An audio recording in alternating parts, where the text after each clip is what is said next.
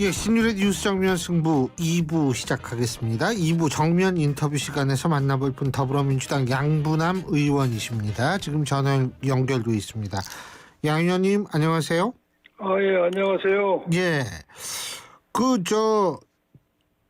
최상목 대통령 권한대행의 권한대행 여태도 지금 마은혁 후보자인가요? 예, 예. 임명을 지금 숙고 중이라고 하는데 예, 예. 어떻게 보세요 이거?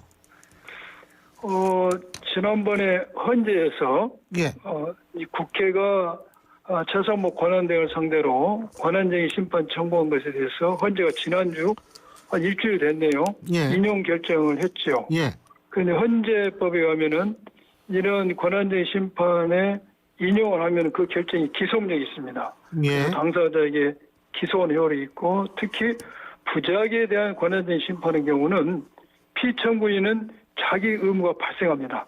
즉 임명해야 되는 의무가 생기는 것이죠. 예, 그런데 계속 숙고 중이었어요. 예.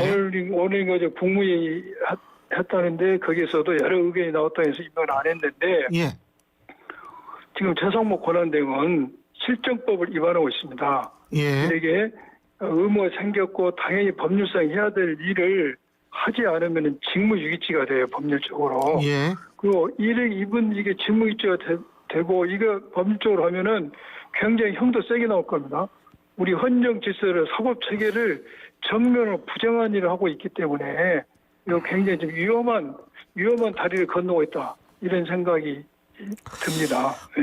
근데 이제 제가 몰라가지고 좀 예, 궁금해서 여쭤보는 건데 이게 이제 국민의힘 쪽에서는 아니 기한이 없지 않느냐, 언제까지 임명해야 된다 이런 거 없지 않느냐 이런 논리 하는데 이건 어떻게 되는 거예요? 그렇죠. 그런 논리를 국민의힘에서 많이 예, 펼치고 있고 또 사실 법에는 의무는 발생해도 의무 시한이 없습니다. 예, 의무 시한이 없는데 그렇다고 해서 이것을 무제한 안 해도 된다는 것은 그러면 헌재 재판을 빨리 할 필요 없죠. 이건 즉시 해야 되는 것이죠. 예, 이건 법논리의 상식적인 것이죠. 예. 자, 시한이 없으니까 1년 하고 2년 해도 된다?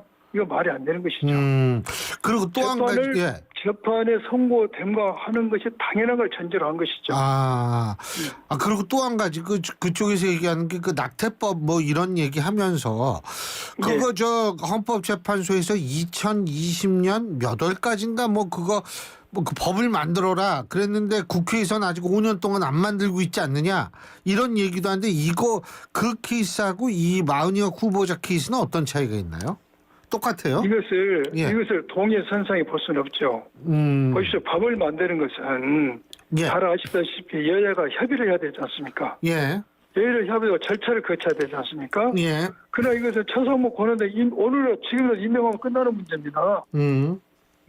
전혀 다른 문제죠. 전혀 다른 문제. 예. 엄청 옹색한 변명을 하고 있네요. 네. 알겠습니다. 예.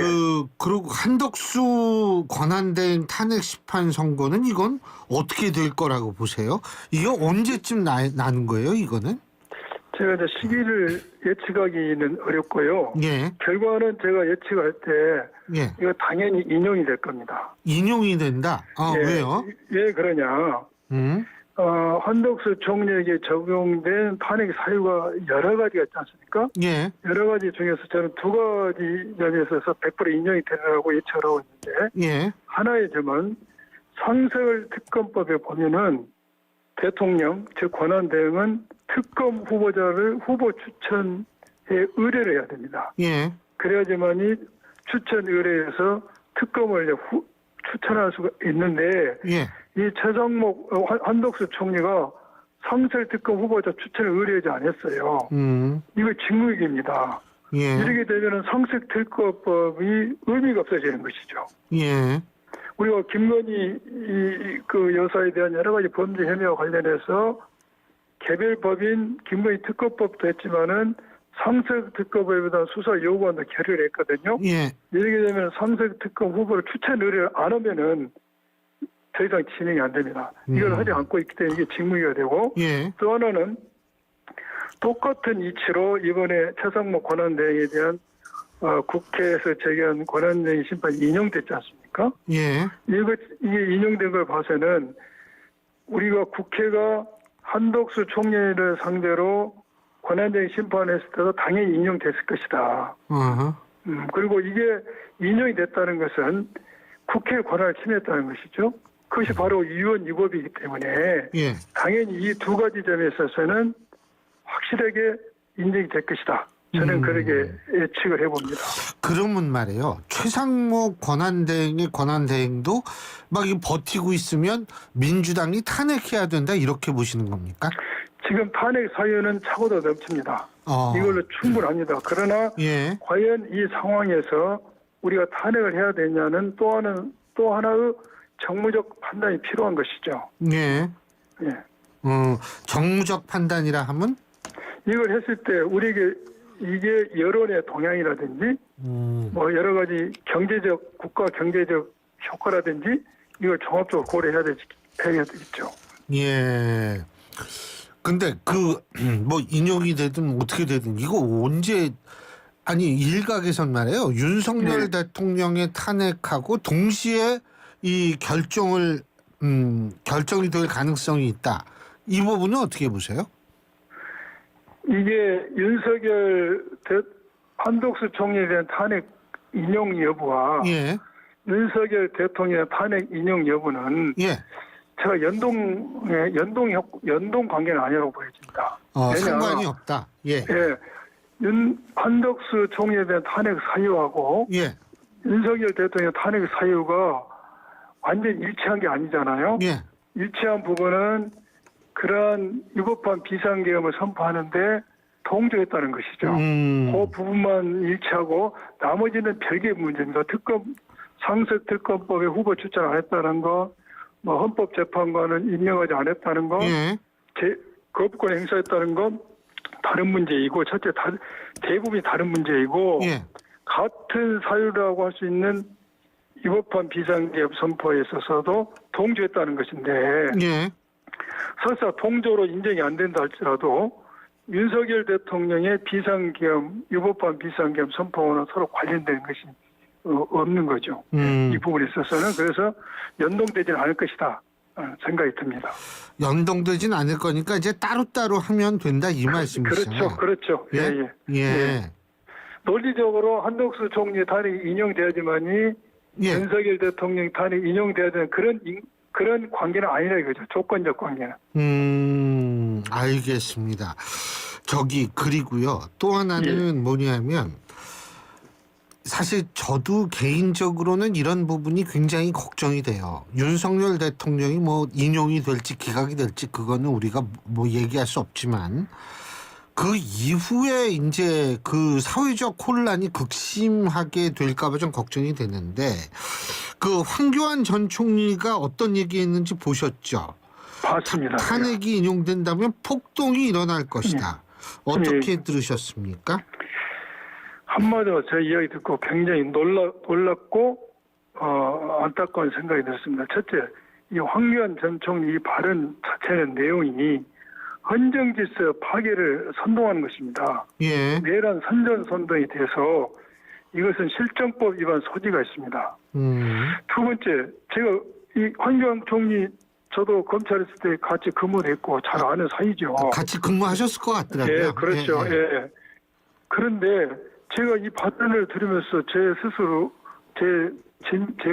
의문을 갖는 게 이분이 실제로 그렇게 믿고 그렇게 생각을 했을까? 실제로 탄핵이 인용되면 안 된다. 폭동이 일어난다. 또 이게 탄핵 반대하는 그런 표현들이 실제로 비상계엄이 정당하고 탄핵이 인용되면 안 된다라고 생각해서 이런 발언을 했을까? 만약 이런 생각을 믿고 했다라면은 과연 법조인으로서 이게 법조인을 할 수 있는 것인지.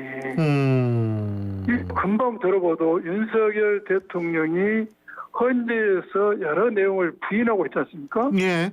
근데 부인하는 내용 그 자체만 가지고도 이건 탄핵감이에요. 비상계엄 선포가 본인이 이런 이야기죠. 야당의 여러 가지 국회의 폭주, 부정성 음모론을 국민에게 호소하기 위해서 내가 이걸 했다고. 겁니다. 예. 그러면은 국민이 호소하기 위해서 뭘 한 거죠? 무장한 군인과 경찰을 동원한 겁니다. 예. 국민께 호소하기 위해서. 예. 그러면 이러한 사람을, 이러한 행위를 우리 국가가 인정한다면은 앞으로 윤석열 대통령뿐만 아니라 그 뒤의 대통령들은 야당이 마음에 안 들면 다시 군인 경찰 동원해서 또 한 번 휘저은 겁니다. 예. 이거 대국민 호소용을 했어. 이게 바로 독재 아니고 뭐겠어. 야당 존재 의미 없는 것이죠. 그래서 예. 이 말은 누구나 일반적인 상식을 가진 사람이라면은 윤석열 대통령의 변명 자체로도 이것은 위법한 비상계획이고 탄핵이 인용돼야 될 상황이라고 아는데 평생 법전을 하신 분이 이걸 보고 저는 깜짝 놀랐고 예. 또는 본인이 그렇게 생각하지 않고 극렬 지지층 결집하기 위해서 이런 말을 했다라면 좀 당당하지 못하고 정치하면서 이렇게까지 변해야 되는가 그런 안타까운 생각이 들었습니다. 그러니까 저기 양부남 의원님이 생각하실 때 법조인이 설마 그렇게는 생각 안 할 것이다. 그렇죠. 이 말씀이시잖아요. 그죠? 그렇죠. 그렇게 이해도 예. 되죠. 예. 너무나 당연한 거예요. 지금 비상계획 위법하고 이러는 것은. 근데 뭐 이런 거 다 떠나서 그 좀 이 동료가 있을 거라고 보십니까? 혼란이 있을 거라고 보십니까? 앞으로 저는 혼란이 있다고 보여집니다. 지금 우리나라가 예. 윤석열 대통령이 집권한 후에 많은 갈라치기 또한 수사기관과 공권력을 동원해서 어떤 정권에 반대되는 인사들 또 반대되는 언론에 대해서 많은 탄압을 했지 않습니까? 그러다 보니까 우리 사회가 확증 편향증에 빠져가지고 예. 심리적 내전 상태에 빠졌어요. 그런데 계엄이 일어난 뒤로는 윤석열 대통령이 계속 이 계엄이 정당하다. 그리고 체제를 어떤 전방으로 극우를 선동함으로써 우리는 이제 심리적 내전을 뛰어넘어서 물리적 내전도 가능한 그런 상태가 된 겁니다. 굉장히 위험한 상태가 돼서 어느 당이 정권을 잡든지 간에 이 상태는 지속되라 생각이 됩니다. 그리고 우리 사회는 이 문제를 어떻게 해결하냐가 굉장히 중요한 문제가 될 것 같아요. 양부남 의원님은 이제 법조인, 이 검사장 출신이시다가 지금은 정치인이신데 이런 거를 어떻게 수습을 해야 될까요? 이거 정당이 좀 나서야 될 것 같은데. 그렇죠. 이게 이제 뾰족한 방법이 있는지 모르겠어요. 제가 생각하기는 예. 이제 우리 사회가 뭐 극자가 있고 진보가 있고 중도 보수가 있고 우측이 있고 극우가 있지 않습니까? 예. 그래서 이제는 우리가 누가 정권을 잡고 어느 당이 정권을 잡든지 간에 건강한 중도 보수를 튼튼히 해야 된다. 예. 이러면서 극우 세력을 줄여나가는 방안. 이런 방향으로 사회의 모든 정치, 경제 정책이 초점을 맞춰야 되지 않냐 이런 생각을 해봅니다. 이게 그리고 사실 그 제가 이렇게 보니까 지금 중도가 아무래도 많을 수밖에 없거든요. 그렇죠. 예, 이게 중도가 아무리 저걸 해도 예를 들면은 이 동아시아 연구원에서 조사한 것이 있습니다. 동아시아 연구원에서 조사한 게 있는데 이 동아시아 연구원의 조사를 보더라도 한 절반가량은 중도다. 뭐 이런 이 결과가 나오고 이랬거든요. 그래서 이 중도들이 좀 이 중도를 좀 의식하는 정치를 했으면 좋겠다라는 생각이 듭니다. 예. 네, 저도 그렇습니다. 그래서 사실은 국민의힘이 중도 보수를 가치를 대변하는 정당이지 않습니까? 예. 그런데 국민의힘이 이제는 그런 보수 가치를 버리고 이제 극으로 가버린 거죠. 어떻게 보면. 그래서 그러면 현재 중도 보수를 누가 대변할 것이냐. 예. 아마 저는 그 차원에서도 우리 이재명 대표께서 아하. 민주당이 중도 보수라는 말을 했지 않았냐 저는 그건 추측도 해보거든요. 예. 중도 보수가 이 자리를 지킬 수 있는 사회, 극으로 가지 않고 이러한 사회 정책. 그래서 중도 보수가 정말 내가 살고 있는 이 사회는 지키고 싶어. 내가 살고 있는 이 사회의 헌법적 가치, 법률적 가치 지키고 싶어 하는 이런 사람이 많이 있는 그런 사회를 만들었죠. 제가 지금 말씀드린 거는 동아시아연구원 EAI가 한국 리서치에 의뢰해서 1월 20일부터 23일까지 전국 1,514명을 상대로 이 인식 조사한 건데요. 예. 이거는 웹 방식의 조사입니다. 표본 오차는 95% 신뢰 수준의 플러스 마이너스 2.52%라는 점을 말씀드립니다. 아니 그리고요.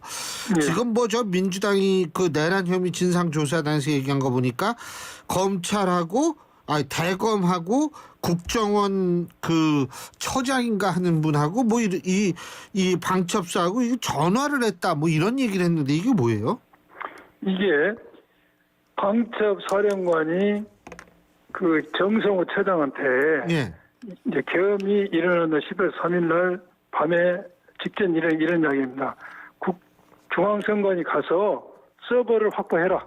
예. 그러고 나면은 검찰과 국정원이 와서 이분들이 전문가니까 여기서 일을 하니까 너희들은 도와줘라 이렇게 이야기합니다. 예. 그리고 정성호 처장이 자기 밑에 있는 대령 8명에게 똑같은 취지로 전달을 하죠. 예. 그리고 이 내용을 메모한 중령이 그 자료를 국수본에 제출했습니다. 예. 또 대령 4명도 똑같은 취지로 국수본에서 진술을 했습니다. 자, 그러면은 문제는 그런 말이 왔다.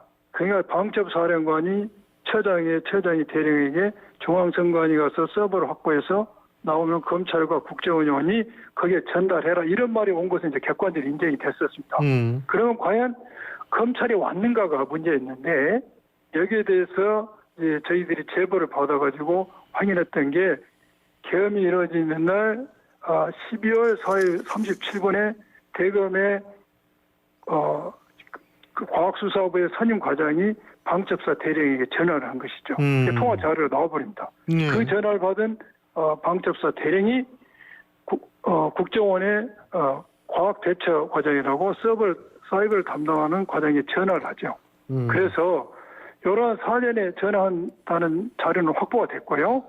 그리고 대검 과학수사부장과 선임과장 2명이 출동했다는 선관위로 출동했다는 제보까지 저희들이 지금 받은 상태입니다. 그러면 여기에서 그 전화를 했던 선임과장은 안부 전화했다고 하지 않습니까? 방첩사령관에게, 방첩사 대령이 그 계엄이 일어난 혼란한 상황에서 꼭 찍어서 방첩사 대령에게 안부 전화를 했다는 게 설득력이 떨어지죠. 떨어지고 예. 이거 외에도 김영현 출동과 관련해서 출석과 관련해서 검찰과 김영희 대련은 겁니까? 약속대련 그 당시도 출석하는 게 여기 있고 가장 검찰이 지금 의심을 받는 게 이 내란 때의 수사의 핵심은 비오픈 서버를 확보하는 겁니다. 예. 그리고 대통령실과 경호처 관제를 압수수색하는 겁니다. 이거 7번 공수처와 경찰이 7번 시행을 했는데 못했어요. 왜요? 김성호 경호처 차장이 막았기 때문이다. 그리고 김성호 차장은 그래서 경찰에서 구속영장을 시청했는데 검찰이 3번을 기각했죠. 기각 사유가 매우 합리적이지 않습니다. 그래서 우리는 검찰이 내란에 관여된 거 아니라 강한 의심을 했는데 이번에 이런 전화 사실이 밝혀짐으로써 그 의혹이 더 짙어진 것이죠. 아이 그래도 저 양 의원님 친정이신데. 그래서 저는 이 말을 믿고 싶지도 않고 예. 믿어지지도 않지만은 정말 이게 사실이라면은 우리 검찰은 심각한 상황인 것이죠. 예. 알겠습니다. 그리고 말이에요. 그 선관위 문제 어떻게 보고 계세요? 그 뭐 거기 참 보니까 입이 쩍 벌어지더라고요. 그냥. 예. 그렇죠. 예. 선관위 채용 비리는 한마디로 말하면 비리 종합사건입니다. 그리고 우리 많은 청년들에게 실망과 분노를 안겨주고 예. 채용 비리뿐만 아니라 이분들의 근무 태도가 매우 방만해요. 예. 선관위 공무원들이 선거철만 되면은 휴직을 합니다. 선거철이 되면 휴직자도 돌아와야 되는데 예. 반대가 돼. 이게 어느 나라 공무원인지 알 수가 없어요. 그 여러 가지 문제가 있어서 감사원에서 직무감찰한 것에 대해서는 헌재에서 직무감찰 대상이 되지 않는다. 헌법기관이 있지만은 면접을 준 건 아니죠. 그래서 이 문제에서 그냥 넘어가서는 안 되고 선관위에서도 자체 정화 뭐 이런 걸 많이 발표했어요. 23년 이 일이 벌어지고 나서 셀프로 실패로 끝났습니다. 그래서 외부적 통제가 이제는 필요한 단계이지 않냐. 그렇죠. 그런 생각이 듭니다. 근데 이게 국회에서 이거를 감독을 한다라는 거는 결국은 시험 감독을 시험 보는 학생들이 이 감시를 하는 거 꼴이 되기 때문에 그게 좀 그렇더라고요. 좀 그럴 수도 있죠. 예. 국회의원은 선관위에 늘 그렇죠. 평상시 정치활동이 법에 예. 위반되는지를 감시를 받아야 되는 관계인데 예. 그래서 그러한 부분도 뭐 타당히 있는 일리가 있는 지적입니다. 예. 그래서 합리적인 방향, 국회가 될지 제3의 기관이 될지는 모르겠으나 예. 내부의 자정만은 안 되는 단계 왔다. 이제는 외부의 통제가 필요한 단계다. 그 특혜로 채용된 사람들 그만둬야 되는 거라는 얘기가 많더라고요. 오늘 저희들도 지금 행안위 중앙선관위 이제 비상임 예. 위원 오늘 인사청문회가 있습니다. 거기서도 이렇게 불법으로 임명된 선관위 직원들을 면직을 시켜야 되는 거 아니냐. 예. 이걸 가지고 서로 아주 강력하게 주장을 했고 또 선관위 사무총장은 이거 어떻게 할 수 없는 거 아니냐 이런 답변을 하니까 우리 의원들이 거기에 대해서 그 답변에 대해서 지적도 하고 설왕설래를 하고 있었습니다. 특이하네요. 어떻게 할 수 없다는 게. 그리고 요건 조금 다른 얘기인데 이재명 대표가 이 국회에서 21대였었죠. 자신의 체포동의안이 가결됐던 것에 대해서 일부가 검찰과 짜고 했다. 뭐 그런데 증거는 없고 추측이다. 이렇게 얘기를 했는데 이 발언은 어떻게 보십니까? 본인의 체포동의안이 통과된 게 예. 검찰에서 짰다는 거면 검찰에서 동의한 국회의원들과 뭐 말이 있었다. 뭐 하여간 그러니까 그 내부하고 좀 연관이 있었다 이런 얘기겠죠. 그러니까 그 정확한 워딩이 어떻게 되냐면요. 예.